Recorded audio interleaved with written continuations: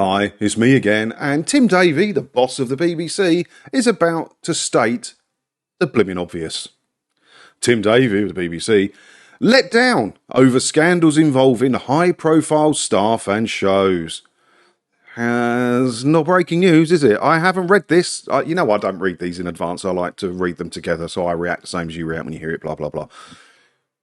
Not exactly breaking news, though, is it? I'm guessing this is about Huw Edwards, but let's face it, you could put that out in any decade and it would still fit, wouldn't it?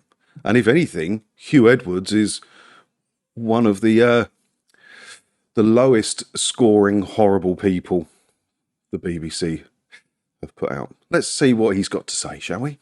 Mr. Davy said the BBC had been put in the spotlight following recent scandals which include allegations around the treatment of contestants on the flagship programme Strictly Come Dancing and the sacking of presenter Jermaine Jenas after he admitted sending inappropriate messages to female colleagues.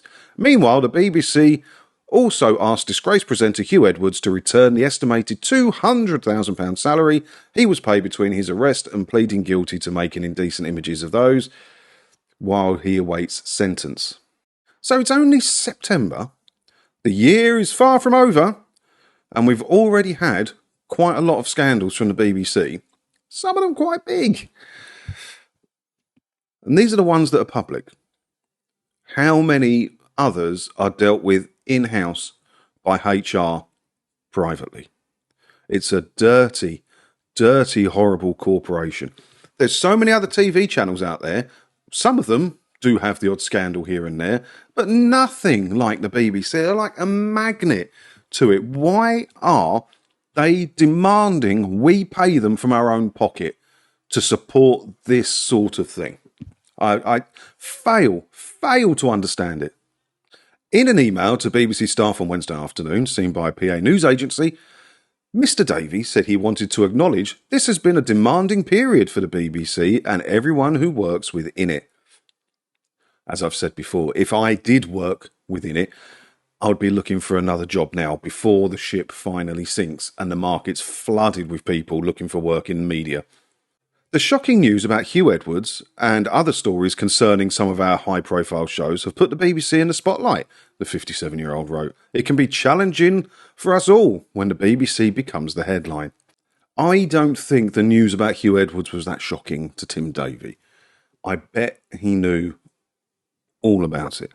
We've only just found out about the indecent images charges, and that was June last year. You're seriously telling me that the BBC didn't know in June last year that Huw Edwards had been nicked for that offence? How is that possible that the BBC would, your employer who's put you out on sick leave for your mental health because of something you did that involved your bare ass being all over the internet, you're telling me your employer did not know all about that and what the charges were? I fail to believe that. And they still give him a pay rise, and now they're asking for the 200 grand back.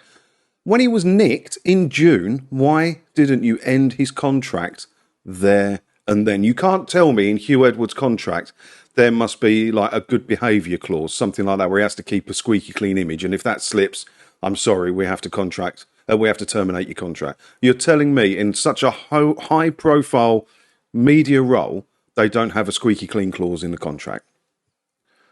Why was his contract not terminated in June? Why?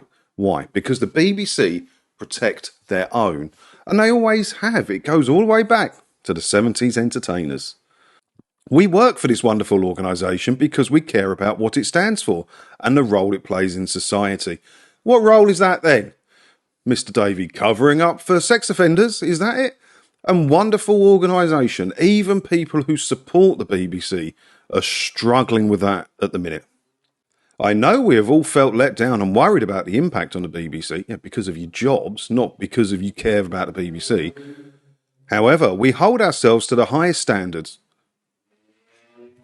This is him saying that, the boss of the BBC. There will be lessons we can learn to ensure we have the strongest possible workplace culture. That means nothing. That's the most meaningless phrase I've ever heard. Strongest possible workplace culture. What, a culture of covering up or a culture of openness? You don't say what the culture is. You just say you want a workplace culture. It means nothing. These are just words, and that's why it was leaked to PA News Agency. Mr. Davy thanks staff for their support as the corporation navigated a tough situation. Well, it's not your first rodeo, is it? The BBC in navigating a tough situation. You should be bloody good at it, and they are bloody good at it. Like I say, these are the ones that we know about.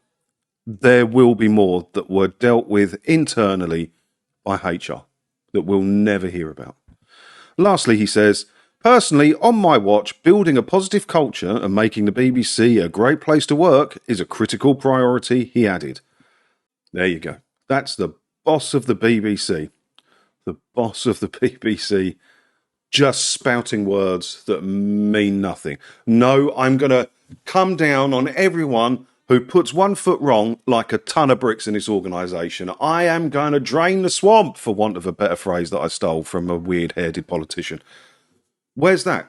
If you misbehave in this corporation, you are gone, people. Be on your watch. If you see anything dodgy, you report it.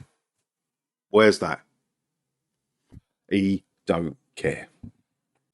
I know that many people are proud of their teams and feel we are working in a supportive and positive environment. We must make that universal. It's all soft-worded. Why can't he just word it the way I just said? The email comes a week after it was revealed Match of the Day and the one-show host, Janice, had been sacked from the BBC. The 41-year-old apologised for sending inappropriate messages to 2 female members of staff but insisted they were between 2 consenting adults, and his behaviour was not illegal. But he lost his job. Whereas Huw Edwards was arrested for those abhorrent charges in June, I believe it was, and was still paid $200,000 from the BBC. He sent 2 messages to female. I'm not defending what's happened there. I don't know the full story. Don't care. But he sent inappropriate messages to 2 females that he works with. How's it like?